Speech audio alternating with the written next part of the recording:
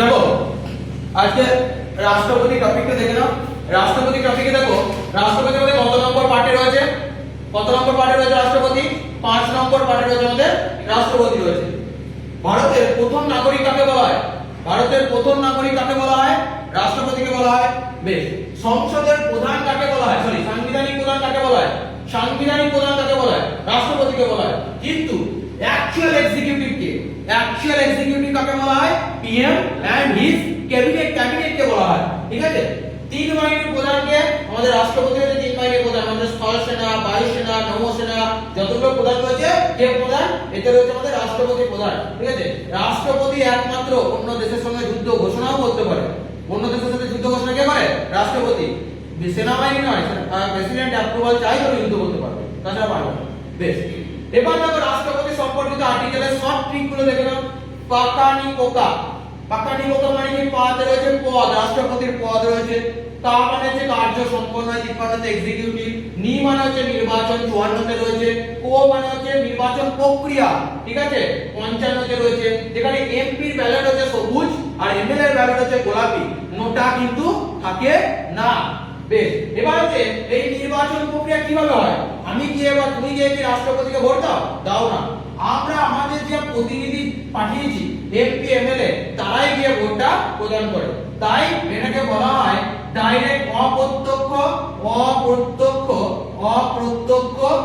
নির্বাচন, অর্থাৎ হচ্ছে ইনডাইরেক্ট ইলেকশন। কার্যকাল কি? কার্যকাল হচ্ছে 56 তে রয়েছে। কার্যকাল হচ্ছে 56 তে রয়েছে। আর এই 56 সি তে কি বলছে?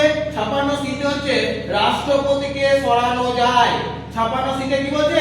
রাষ্ট্রপতিকে সরানো যায়। কি করে সরাবো? রাষ্ট্রপতিকে একমাত্র সংবিধান ভঙ্গের অপরাধী সরানো যায়। ঠিক আছে, বেশ। আর রাষ্ট্রপতি পদত্যাগ করলে পদত্যাগ পত্র কাকে দেবে? উপরাষ্ট্রপতিকে দেবে। উপরাষ্ট্রপতি পদত্যাগ পত্র কাকে দেবে? রাষ্ট্রপতিকে দেবে। বেশ, এবার দেখো 2 ও দশম কি? দুবার। 57 তে বলছে দুবার নির্বাচিত হতে পারে।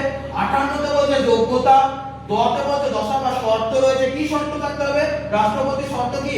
রাষ্ট্রপতি করতে গেলে কেন্দ্র বা রাজ্য সরকারের কোনো লাভজনক পদে থাকলে হবে না। ঠিক আছে, এটা হচ্ছে তার শর্ত। যোগ্যতা কি? 35 বছর বয়স হতে হবে, সংসদে বসার যোগ্যতা তাকে থাকতে হবে, এবং মনে রেখো তাকে একটা তোমার সিকিউরিটি মানি আরবিআই কাছে বন্ড 15,000 টাকা জমাও রাখতে হয়, তবে তিনি রাষ্ট্রপতি নির্বাচনে লড়তে পারবেন। আর যদি হেরে যায় নির্বাচনে, ওই 15,000 টাকা পাবে, এটাই হবে। বেশ, শপথ কি বলছে? শপথ বলছে 60। তাকে রাষ্ট্রপতিকে শপথ বাক্য কে পাঠ করায়? সুপ্রিম কোর্টের প্রধান বিচারপতি পাঠ করায়। যদি তিনি না উপস্থিত থাকেন তাহলে তাকে কি করায়? সিনিয়র মোস্ট জাজ অফ সুপ্রিম কোর্ট পাঠ করায়। বেশ, এখানে কি বলছে?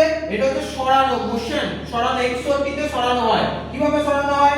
পার্লামেন্টে যে কোনো পক্ষ থেকে সরানো বিল উপস্থাপন করা হয়, কিন্তু সেই পক্ষে 4 ভাগের 1 ভাগ বিলে সই থাকতে হবে, আর 3 ভাগের 2 ভাগ সেখানে সমর্থন থাকতে হবে। ঠিক আছে, অপর পক্ষতেও কিন্তু 3 ভাগের 2 ভাগে পেশ করতে হবে।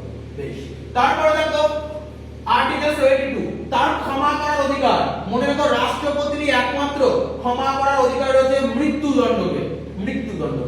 বেশ, আর আর্টিকেল 85 কি বলছে? প্রাইম মিনিস্টারের পরামর্শে লোকসভা ভঙ্গ করবেন এবং প্রাইম মিনিস্টারের পরামর্শে কিন্তু সেশন বদলাতে পারবেন। বেশ, আর কি আর্টিকেল 86 কি বলছে? মেসেজ প্রেরণ করবেন রাষ্ট্রপতি। 87 এ কি বলছে? বিশেষ অভিভাষণ দেবেন রাষ্ট্রপতি পার্লামেন্টে। 108 এ কি বলছে? 8 এ বলছে যৌথ অধিবেশন। 1961 এ পঞ্চপ্রধান জন্য যৌথ অধিবেশন হয়েছিল 3 বার। 1978 এ ব্যাংকিং ব্যবস্থার জন্য হয়েছিল 1 বার। আর 2002 এ সন্ত্রাসবাদ অধিনিয়মের জন্য হয়েছিল 1 বার। বেশ, আর্টিকেল 62 তে কি বলছে? রাষ্ট্রপতির পদ ফাঁকা কখনো থাকবে না, যদি তাকে 6 মাসের মধ্যে পূর্ণ করতে হবে, ইমিডিয়েট 6 মাসের মধ্যে পূর্ণ করতে হবে। আর 123 কি বলছে? যে রাষ্ট্রপতি কোনো বিলকে অর্ডিন্যান্স হিসাবে পেশ করতে পারেন। অর্ডিন্যান্স হিসাবে কি করতে পারেন? পেশ করতে পারেন, এবং সেটাকে কি মনে রাখতে হবে? 6 মাসের মধ্যে সংসদে কিন্তু পেশ হতে হবে বিল হিসাবে। ঠিক আছে, বেশ। 143 তে কি বলছে? রাষ্ট্রপতি চাইলে সুপ্রিম কোর্টের পরামর্শ শুনতে পারেন, মানতে বাধ্য নয়।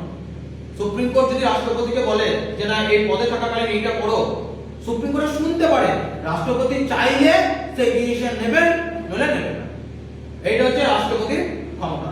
এইগুলো তোমার অ্যাকচুয়ালি রাষ্ট্রপতি যতগুলো গুরুত্বপূর্ণ গুরুত্বপূর্ণ আর্টিকেল যেগুলো পরীক্ষায় আসে সেইগুলো, ঠিক আছে।